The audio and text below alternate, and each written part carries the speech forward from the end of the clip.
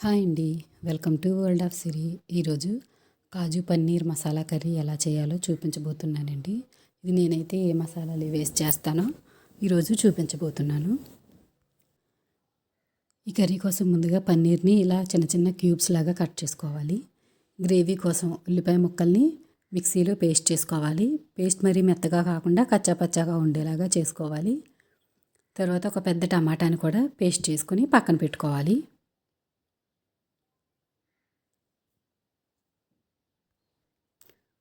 ఇప్పుడు వెలిగించి పెట్టి ఆయిల్ వేసుకోవాలి.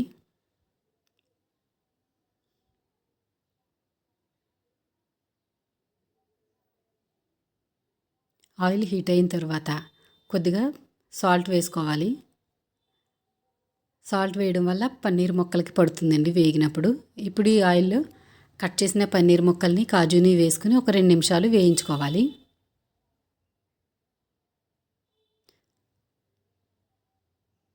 ఒక 2 నిమిషాలు వేస్తే పన్నీర్ సాఫ్ట్గా అవుతుంది. అంతకన్నా ఎక్కువసేపు వేస్తే కొంచెం పైన క్రిస్పీగా వేగిపోతుంది కదా, కొంచెం గట్టిగా అవుతుంది. అందుకని ఒక 2 నిమిషాలు వేయించి తీసేయాలి.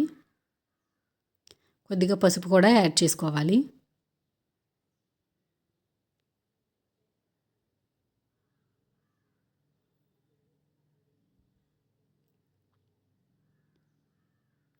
ఇప్పుడు పన్నీర్ని వేరొక ప్లేట్లోకి తీసి పక్కన పెట్టుకొని అదే ప్యాన్లో 1/2 టీ స్పూన్ షాజీరా, 2 లవంగాలు, ఒక యాలక్కాయ, చిన్న దాల్చిన చెక్క ముక్క, 1/2 టీ స్పూన్ సోంపు వేసుకొని అందులోనే ముందుగా చేసి పెట్టుకున్న ఉల్లిపాయ పేస్ట్ని కూడా వేసుకోవాలి.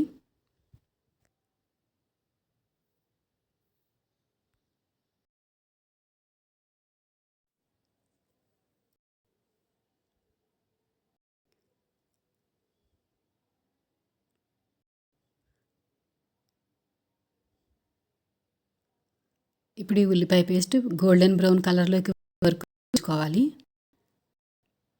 ఇప్పుడు ఉల్లిపాయలు వేగిపోయాక ముందుగా చేసి పెట్టుకున్న టమాటా పేస్ట్ని కూడా ఇందులో యాడ్ చేసుకోవాలి. ఈ టమాటా పచ్చివాసన పోయే వరకు వేయించుకోవాలి.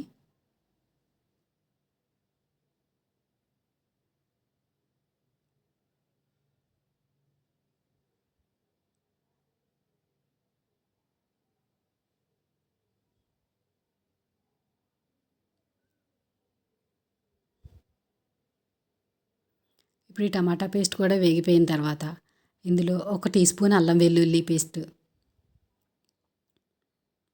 1/2 టీ స్పూన్ ధనియాల పొడి, 1/2 టీ స్పూన్ జీలకర్ర పొడి, 1/4 టీ స్పూన్ గరం మసాలా, కొద్దిగా పసుపు, 1.5 స్పూన్ కారం, రుచికి సరిపడగా సాల్ట్ వేసుకుని ఇవన్నీ ఆ గ్రేవీలో బాగా కలిసేలాగా కలుపుకోవాలి.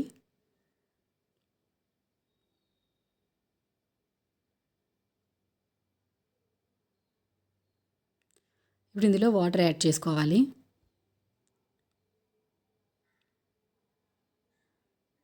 వాటర్ మరిగేటప్పుడు ఇందులో నేను బటర్ యాడ్ చేస్తున్నానండి టేస్ట్ కోసం.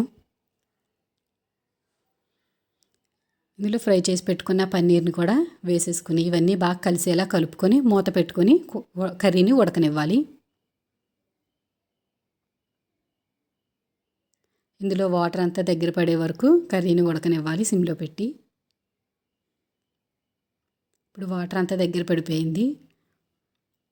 చూసారు కదా, గ్రేవీ థిక్గా అయిపోయింది. ఇప్పుడు పైన కొంచెం కొత్తిమీర చల్లుకోవాలి.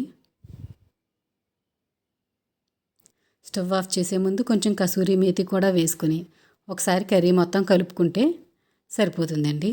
తర్వాత దీన్ని సర్వింగ్ బౌల్లోకి తీసుకుంటే ఎంతో టేస్టీగా ఉండే కాజు పన్నీర్ మసాలా కర్రీ రెడీ అవుతుంది.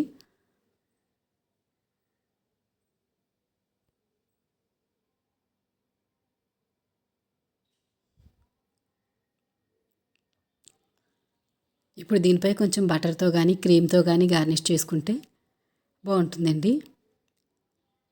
ఈ రెసిపీని మీరు కూడా ట్రై చేసి నచ్చితే కనుక నా ఛానల్ని లైక్ చేసి షేర్ చేసి సబ్స్క్రైబ్ చేసుకోండి.